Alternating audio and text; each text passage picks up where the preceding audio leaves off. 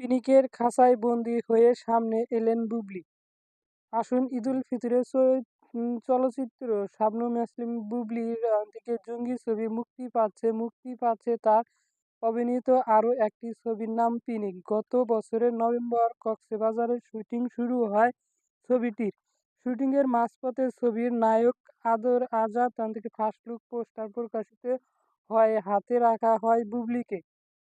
এবার এলো বুবলির ফার্স্ট লুক, যেখানে দেখা গেছে সাংঘাতিক আকৃতি, নায়িকার মাথা, চুলের থেকে চশমা, বুবলির থেকে মুখমণ্ডল খাঁচায় বন্দি, তার কাঁধ থেকে নিচের অংশ কালো কাপড়ে আবৃত। ছবিটির পরিচালনা করেছেন জাহিদ জুয়েল। ছবিটিতে শাবনূর বুবলিকে নেতিবাচক চরিত্রে দেখা যাবে। ছবির অন্যতম প্রযোজক শিমুল খান জানান, এমন বুবলিকে এর আগে কেউ দেখেনি, এবারই নতুন অন্যরকম একজন। পর্দায় তাকেই দেখার পর যে কেউ চমকে যাবে। এমনিতেই আমাদের এই ছবির একটি চরিত্র ছাড়া সব পয়েন্টই নেগেটিভ, প্রতিশোধ ও পাল্টায় প্রতিরোধের গল্প।